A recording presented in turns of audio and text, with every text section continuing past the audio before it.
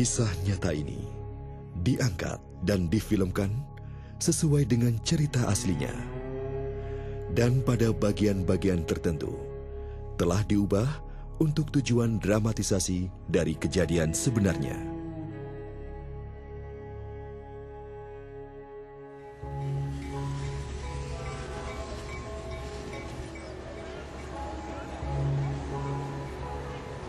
Hidup itu layaknya sebuah perjalanan, di mana ada banyak sekali perhentian di sepanjang jalan itu. Terkadang berliku, kadang terhalang rintangan. Tapi ada kalanya indah dan terjadi hal-hal yang tidak terduga. Inilah sebuah perjalanan, jalan hidup saya.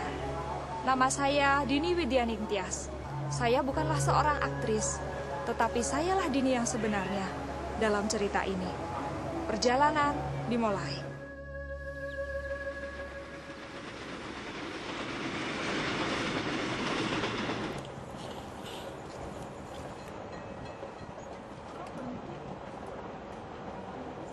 Saya dalam perjalanan bisnis naik kereta ekspres Jakarta-Jogja saat kereta tiba-tiba berhenti.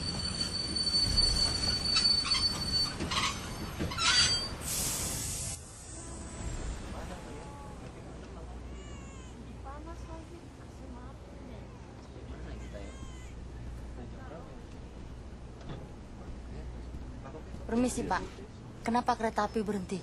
Aduh, saya tidak begitu tahu Bu ya, mungkin ada sedikit kerusakan pada mesin. Lalu kapan tahunya Pak? Saya tanya dulu sama masinis Bu. Bapak kembali lagi kan Pak?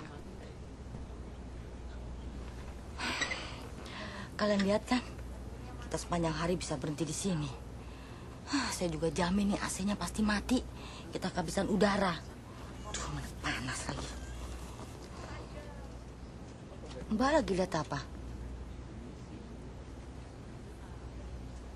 Mereka tidak akan menurunkan kita di sini kan, Mbak? Bayangkan. Apa? Membayangkan apa? Saya dibesarkan di tempat ini. Oh, jadi Mbak tahu kita berada di mana sekarang ini? Gombong. Gombong? Aduh, saya dijemput adik saya di Jogja. Jam berapa ya sampai sana? Aduh, mana sih konduktor itu? Kok nggak balik, Pak?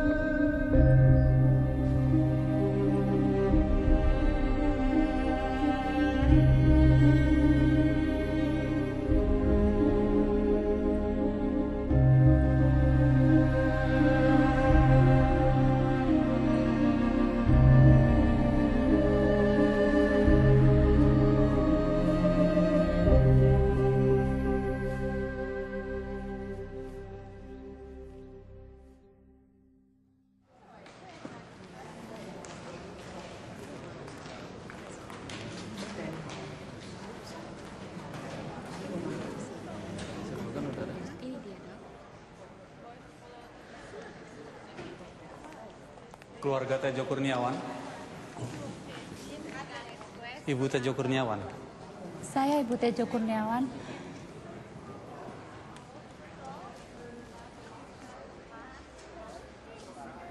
Pak Tejo mengalami serangan jantung. serangan jantung. Bagaimana mungkin, Dok? Memang dalam laporan UGD yang disampaikan kepada kami tidak dapat memahami apa yang terjadi. Beberapa saat yang lalu, Bapak terlihat sehat-sehat saja. Kemudian sakit karena diare dan muntah-muntah. Beberapa jam setelah dibawa ke rumah sakit, Bapak alami serangan jantung, lalu meninggal. Bapak meninggal begitu saja. bahwa Saya merasa disambar petir. apa yang kami bisa sudah kami lakukan untuk menolong Pak Tejo. Namun Pak Tejo sudah tiada. Tak mungkin. Tak mungkin Mas Tejo meninggal. Tidak mungkin. Apa yang terjadi dengan saya? Kami turut berduka cita, Bu. Mohon maaf.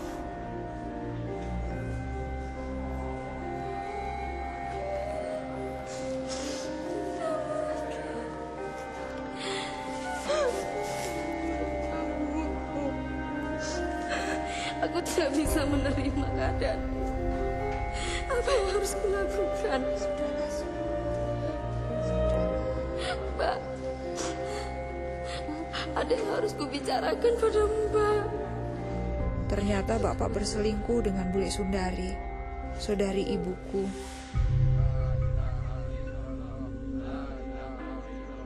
Dia sedang hamil 8 bulan saat Bapak meninggal.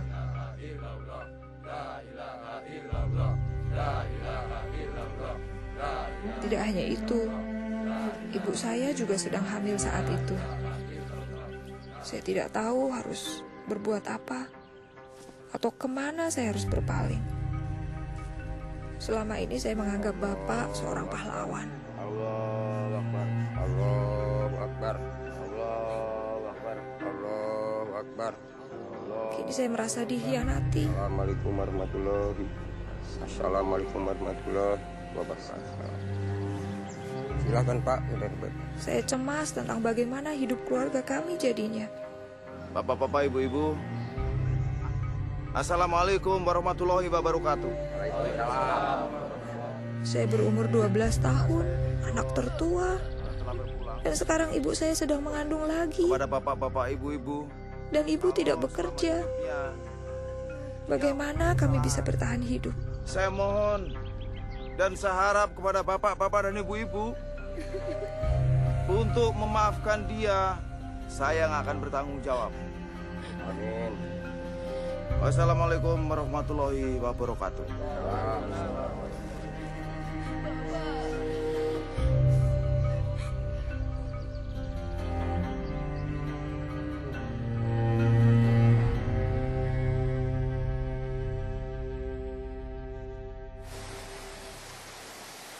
Saya pikir Bule Sundari lah yang paling menderita.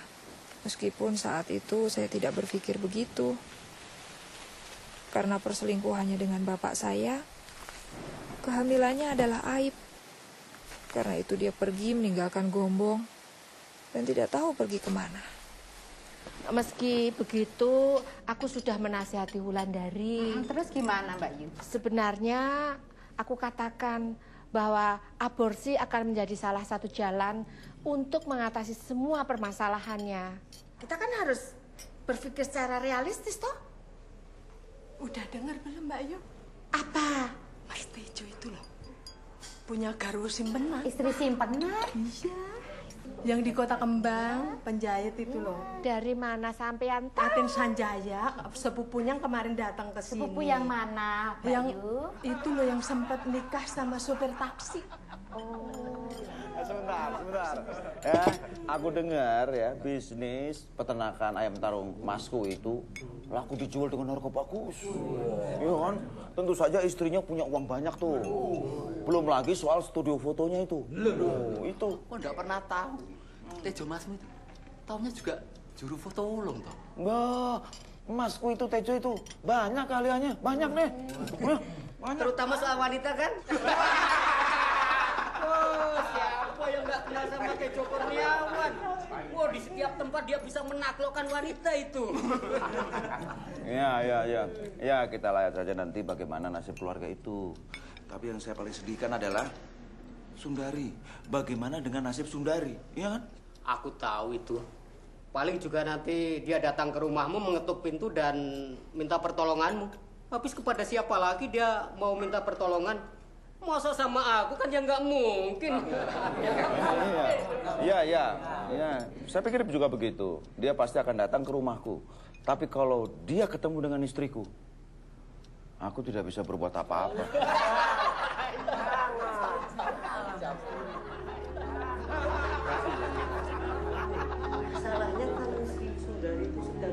Orang-orang yang kami harapkan untuk menolong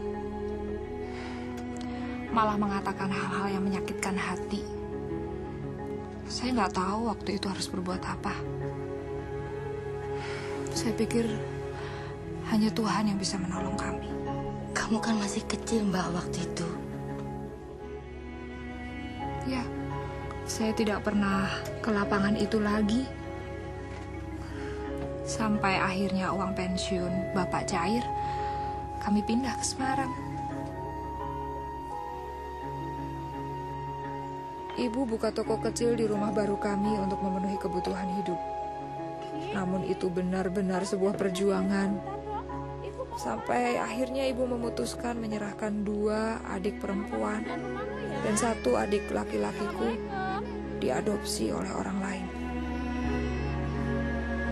Saya juga dengar keadaan Bule Sundari bertambah buruk. Setelah anak laki-lakinya lahir, dia pindah ke Sukoharjo dan tinggal dengan nenekku. 2 tahun berlalu, itu tahun-tahun yang sulit untuk dilalui.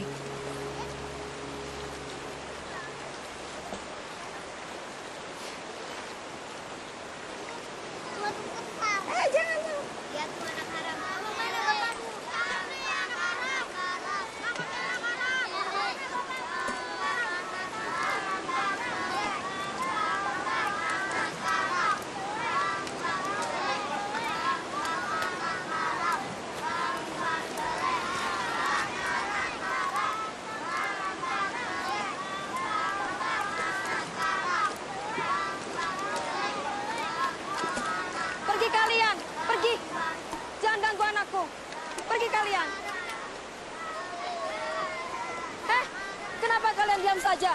Itu kan anak-anak kalian. Jadi begitu cara kalian mendidik dan membesarkan anak-anak kalian. Anak kalian yang haram, bukan anakku. Hei, tidak ada yang nyuruh kamu bawa masalahmu ke sini, tahu? Maksudmu, kamu mau mendidik kami? Bagaimana kami harus mendidik anak-anak kami? Hah? Lalu siapa yang mendidik kamu supaya kamu tidur dengan setiap laki-laki yang kamu temui? Paling tidak, aku menunggu sampai menikah untuk punya anak. Tidak seperti kamu. Tidak jelas siapa bapak anakmu.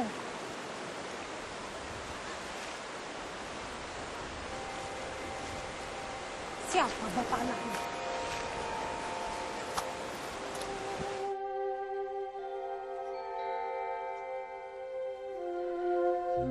Tidak ada tempat lain lagi buat Bule Sundari dan Bambang. Mereka meninggalkan Sukoharjo dan datang ke Semarang. Bertentangan dengan keinginan saya, ibu ternyata mendengarkan permohonan Bule Sundari dan memutuskan untuk menerima mereka. Bagi saya waktu itu, masalah sudah cukup banyak.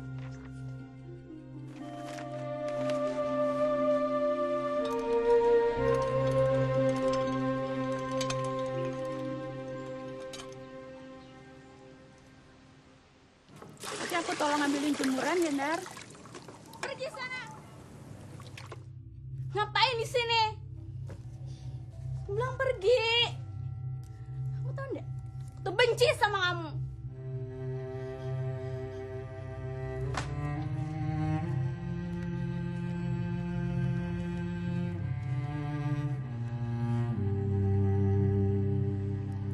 Nah, disilakin, Dar.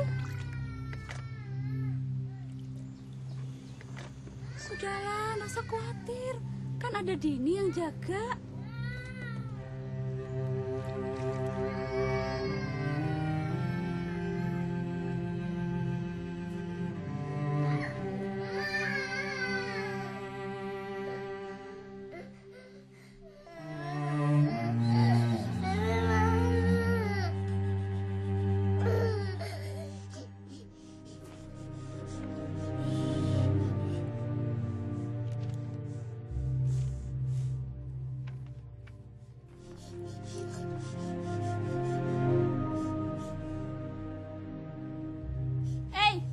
Buku diari siapa itu?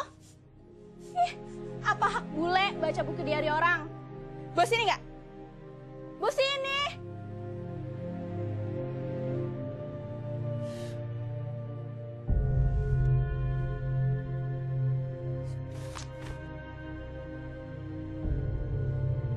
Ketika saya lihat Bule Sundari baca buku harian saya nggak tahan lagi.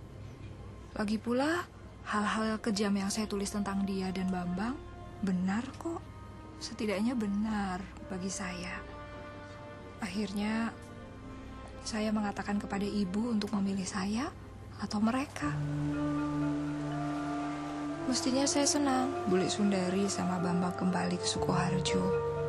Tapi kemudian kemarahan saya kepada mereka beralih kepada ibu. Saya tahu ibu akan menikah lagi.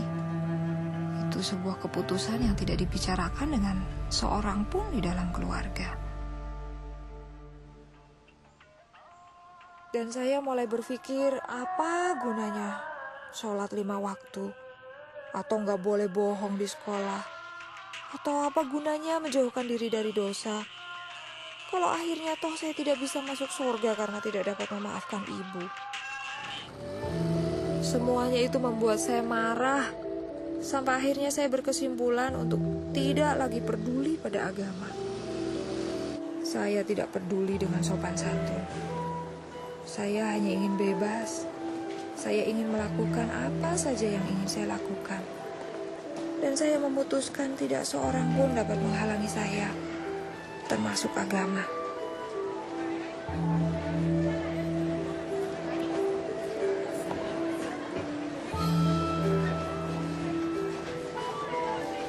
Saya mulai melanggar setiap peraturan yang ada.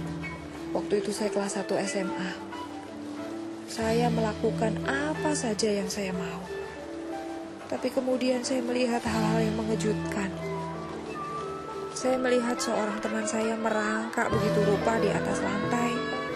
Dia alami pendarahan karena keguguran. Atau teman saya lainnya yang dipenjara karena ia tertangkap basah mencuri. Dan saya mulai bertanya pada diri saya sendiri, apa kehidupan seperti ini yang saya inginkan?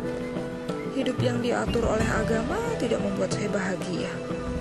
Tapi hidup bebas tanpa aturan agama juga bukan hidup yang saya inginkan.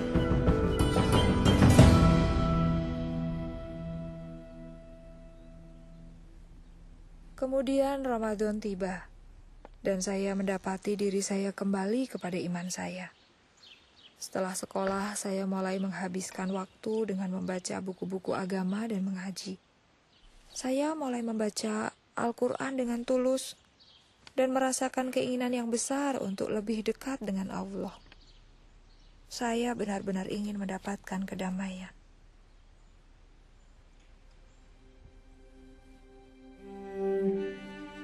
Saya mulai mempersiapkan diri untuk sholat tahajud. Saya ingin menanyakan banyak hal kepada Tuhan.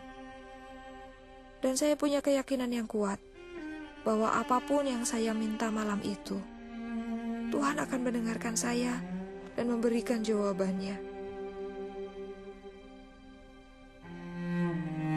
Allahu Akbar.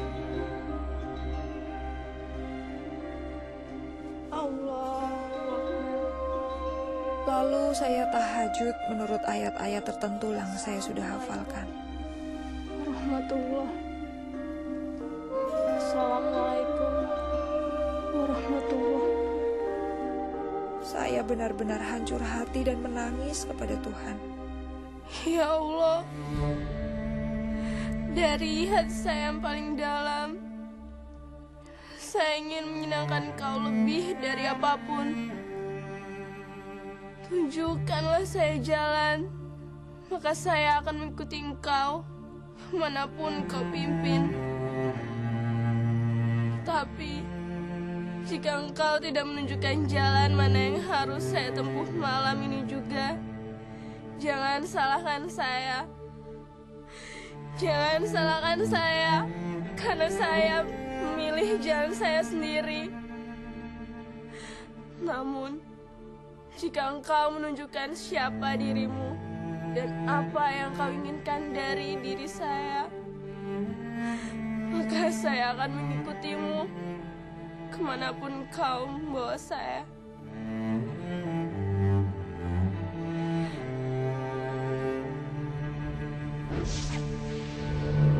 Pada saat itu, cahaya terang tiba-tiba muncul di hadapan saya. Kemudian membentuk sesosok manusia yang memakai jubah putih. Saya tidak dapat melihat dengan jelas wajahnya, tapi kehadirannya entah mengapa memberi saya ketenangan dan keyakinan. Dan tiba-tiba, entah bagaimana saya menyadari bahwa dia adalah Isa. Dan dia berkata, "Ikutlah aku." Dini, ikutlah aku. Saya bingung karena saya pikir, Tuhan, saya ini kan orang Islam, bagaimana mungkin saya mengikuti Engkau? Kau adalah orang yang dipanggil Tuhan oleh orang-orang Kristen. Tuhannya orang murtad, yang tidak mengenal Allah.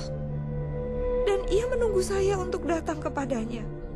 Air mata saya mulai menggenangi wajah, dan akhirnya saya berkata, "Tuhan, jika ini adalah jalan kebenaran, maka saya ingin mengikuti Engkau." Pada saat itu saya merasakan damai yang belum pernah saya rasakan. Saya melihatnya tersenyum dan kemudian pelan-pelan pergi.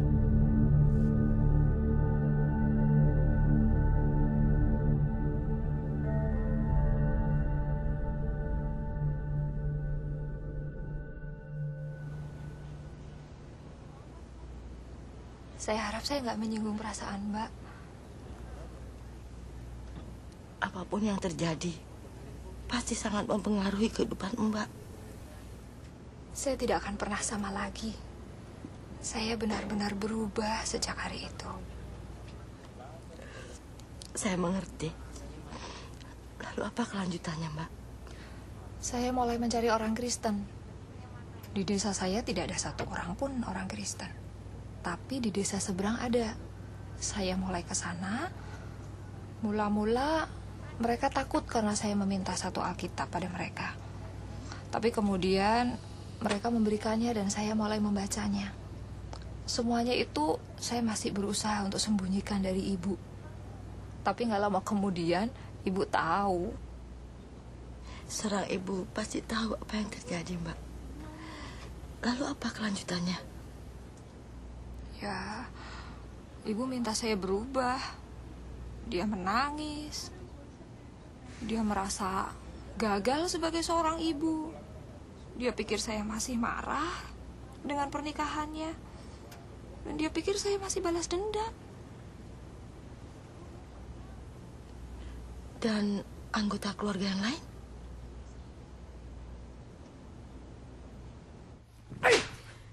Terkutuk kamu! Kamu sudah bukan anggota keluarga ini lagi! Arif, jangan terlalu kasar. Dia masih perlu waktu untuk memikirkan kembali. Tapi dia sudah diberikan cukup banyak waktu untuk memikirkan ini kembali. Cukup! Cukup! Aku telah berjanji kepada Tuhan. Jikalau Ia telah menunjukkan jalan itu kepadaku, aku akan menurutinya. Aku tidak bermaksud untuk melukai siapapun di ruangan ini. Tapi aku telah membuat keputusan. Duh, Dini. Ibu dan ayahmu juga sudah membuat keputusan. Sebagai orang Islam, yang sekaligus orang Jawa, mempunyai tanggung jawab dan kewajiban yang sangat berat, yaitu membesarkan dan mendidik anak-anaknya. Kewajiban anak-anak adalah menghormati, tunduk, dan taat kepada orang tuanya. jika kamu masih tetap saja senantiasa memilih jalan hidupmu sendiri dalam soal agama, maka kamu juga harus bertanggung jawab untuk hidupmu sendiri. Kamu tahu apa artinya itu? Kamu harus mencari uang sendiri untuk segala sesuatu. Makan, sekolah, tempat tinggal, semuanya. Semuanya. Duk, Dini, maksud pamanmu itu berarti kamu sudah tidak lagi mempunyai hak untuk meminta segala sesuatu pada orang tuamu. Mengerti? Nah, sekarang ambil barang-barangmu dan pergi.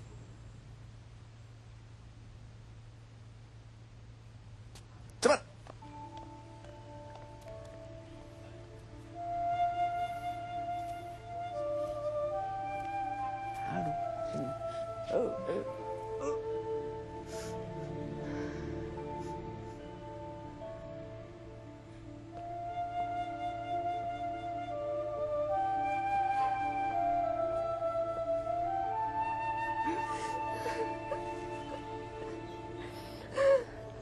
Saya tidak tahu dari mana kekuatan itu datang.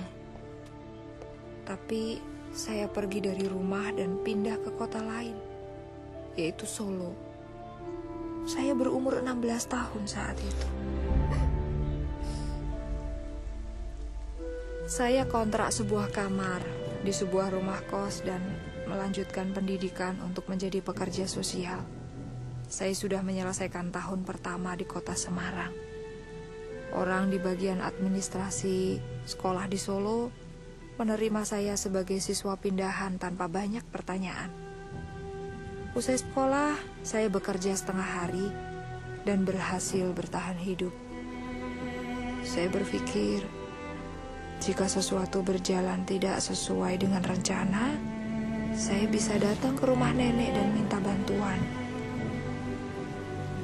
Saya tinggal di Solo selama 3 tahun. Saya cukup sering datang ke rumah hanya untuk berkunjung saja. Kemudian setelah saya lulus dari sekolah, saya dapat pekerjaan di Semarang. Kemudian saya kembali. Pertama-tama sih memang sulit, tapi akhirnya segala sesuatunya jadi normal. Lega rasanya. Akhirnya berakhir juga ya, Mbak. Mereka pasti berjuang untuk bisa memaafkan. Sebenarnya orang yang paling berjuang untuk memaafkan itu saya, Mbak. Bukankah orang-orang Kristen harus bisa saling memaafkan? Iya, benar. Hanya kadang-kadang jaraknya sangat jauh. Yaitu dari sini sampai ke sini.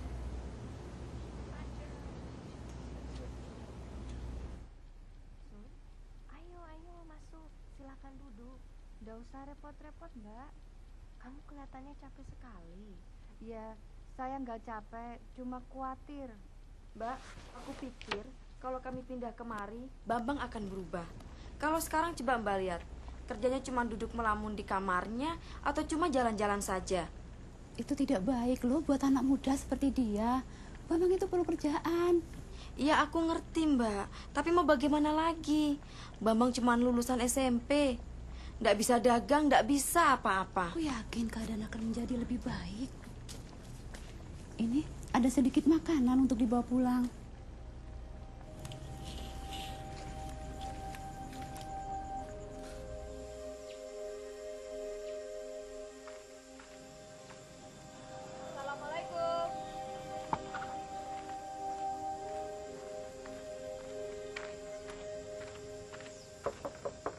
Assalamualaikum. Waalaikumsalam. Hai, aku Dini. Mbak Dini? Iya, aku Dini. Ibumu ada di rumah? Ada.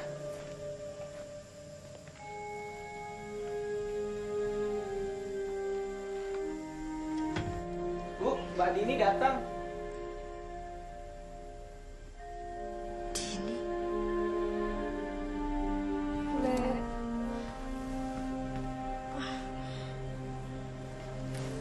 silakan duduk. Din, mau minum apa, Din? Nggak usah repot-repot, Bule. Beberapa hari lalu, saya dengar pembicaraan Bule sama Ibu. Saya nggak tahan. Maafkan saya. Perlakuan saya selama ini begitu buruk pada kalian. Maafkan saya. Sudahlah, Din. Saya begitu malu.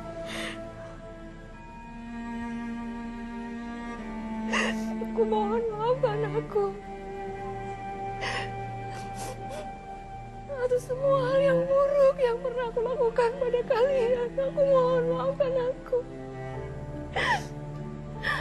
Aku menyesal. Sudahlah, Din. Bule sudah memaafkan.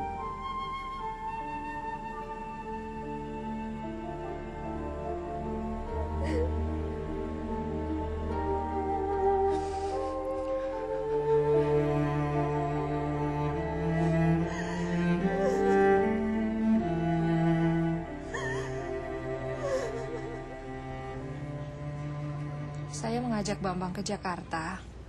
Ketika kami mulai mapan, saya memberinya uang untuk berjualan sepatu di pasar.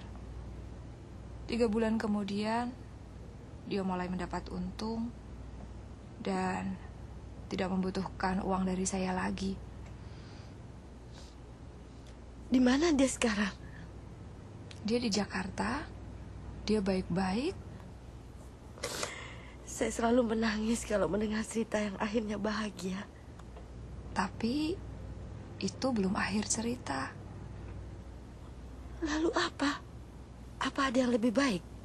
Ya, karena ternyata masih ada 1 orang lagi yang saya belum maafkan. Pamanmu yang menampar kamu. Kalau ada saya, dia nggak bisa menampar kamu, Mbak. Bukan dia. Yang saya harus maafkan adalah bapak saya. Bapakmu? Kan katanya sudah meninggal waktu Mbak masih kecil.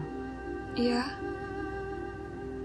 Yang meninggal dan meninggalkan saya dalam banyak kebingungan.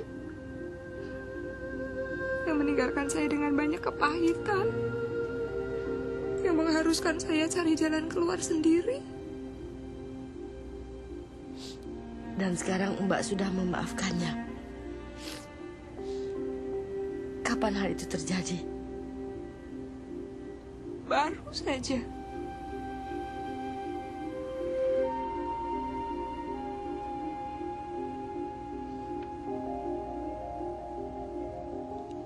Mbak lihat kuburan di seberang jalan sana?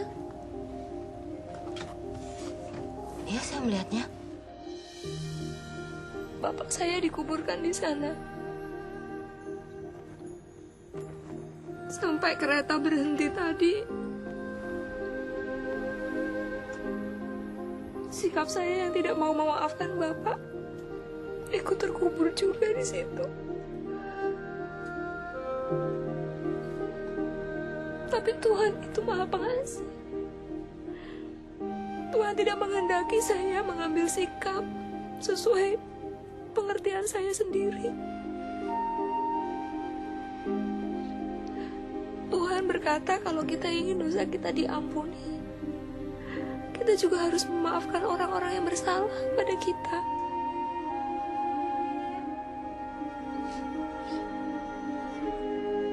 Saat saya bercerita ini, saya ingat betapa sebenarnya saya sangat mencintai bapak saya.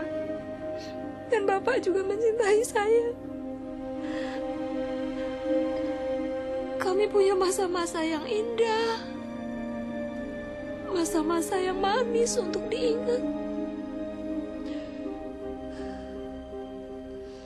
Sepertinya kereta ini berhenti hanya untuk kamu, Mbak. Saya juga berpikir begitu. Sepertinya Mbak seakan sangat mengenal Tuhan dan seolah-olah Tuhan itu sahabat Mbak. Tuhan berkata agar aku mengikut Dia. Saya nggak selalu tahu kemana Tuhan membawa saya. Tapi saya tahu satu hal. Dia bisa dipercaya untuk membawa saya kemanapun saya harus pergi.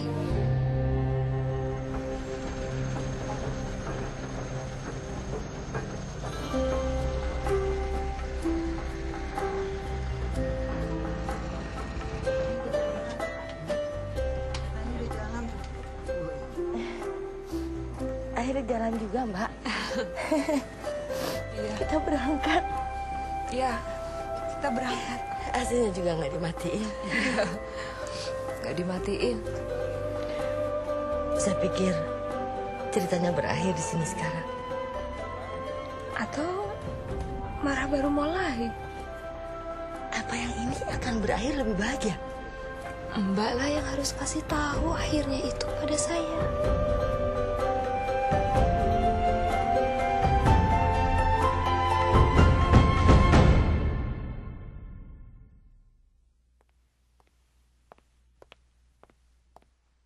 Ketika orang yang kita hormati mengecewakan kita, kita merasa kecewa. Dan kepercayaan kita padanya menjadi buyar. Karena orang yang kita kagumi ternyata tidak seperti yang kita bayangkan. Yang lebih buruk lagi, kita memendam kepahitan. Semakin penting orang itu dalam kehidupan kita, semakin besar jadinya kekecewaan itu. Dini yang kala itu masih muda, merasionalisasikan bahwa ia punya hak untuk marah dan menjadi pahit.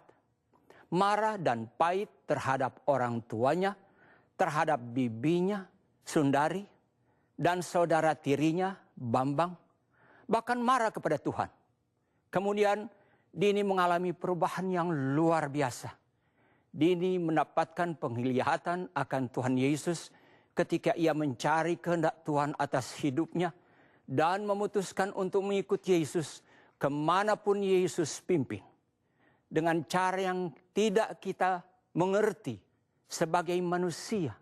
Yesus menembus dinding kamar tidurnya, mengelurkan tangannya kepada Dini dan berkata, "Ikutlah aku." Datang kepada Yesus adalah langkah pertama yang sangat bagus, tetapi seperti kehidupan nyata yang Dini ceritakan kepada kita, kehidupan kita di bumi adalah perjalanan yang berliku-liku dan penuh dengan belokan, pemberhentian di luar jadwal, dan banyak pelajaran di sepanjang jalan. Namun kita percaya kepada Tuhan Yesus. Kita seperti Dini, mengikuti Yesus kemanapun Yesus membawa kita, dan melakukan apa yang Yesus minta. Bagi Dini ada banyak jalan yang bisa ia ambil. Semakin ia bertumbuh dalam perjalanan kekristenannya, Dini menyadari bahwa ada satu jalan yang perlu dilaluinya seutuhnya, yaitu jalan pengampunan. Suatu jalan yang tidak mudah diambil, tetapi Dini berhasil mengambilnya karena kekuatan kasih. Bukan sembarang kasih, tetapi kasih yang datang dari Tuhan. Kasih yang tidak bersyarat. Rasul Paulus menulis di 1 Korintus pasal 13 tentang kasih. Ia berkata bahwa kasih itu sabar dan murah hati. Kasih tidak pemarah dan tidak menyimpan kesalahan orang lain. Kasih percaya segala sesuatu, mengharapkan segala sesuatu, dan menanggung semua hal. Itulah kasih yang tidak pernah gagal. Kasih yang Dini selalu cari, bahkan ketika ia memberontak dan terhilang. Ini adalah kasih yang ia perlukan untuk mampu menahan penolakan dari keluarganya. Inilah kasih yang ia butuhkan untuk memaafkan orang-orang yang paling menyakitinya, termasuk sang ayah. Saudara, dengan kasih inilah Bapa di sorga mengasihimu. Ia mengasihimu apa adanya. Ketika Dini berseru kepada Tuhan untuk menunjukkan jalan kepadanya, ia tidak tahu bahwa Isa akan datang kepadanya dalam suatu penglihatan di suatu malam, menampakkan kemuliaannya dan meliputinya dengan kasih dan kelembutan. Namun itulah yang terjadi. Saudara, Yesus mungkin mendatangi atau tidak mendatangi Anda dalam sebuah mimpi atau penglihatan, itu tidak penting. Yang lebih penting adalah Tuhan mengasihi Anda Dan Tuhan ingin Anda menjadi anak-Nya melalui iman dalam Yesus Kristus. Tuhan ingin Anda masuk menjadi anggota keluarga-Nya dan hidup bersama Dia selama-lamanya di surga ketika hidup Anda berakhir di dunia ini. Apakah Anda siap membuka hatimu untuk Yesus seperti yang Dini lakukan? Jika Anda ingin menerima Yesus Kristus sebagai juru selamatmu, mari ucapkan kata-kata ini bersama dengan saya. Katakan, "Ya Tuhan, saya percaya Yesus. Saya menerima Yesus sebagai Tuhan dan Juru Selamat saya. Ampuni dosa-dosa saya dan jadikan saya anak-Mu ya Tuhan. Terima kasih. Dalam nama Yesus, amin." Sekarang Anda hidup dalam keselamatan abadi dengan Tuhan. Sekarang Anda anak Tuhan. Puji Tuhan.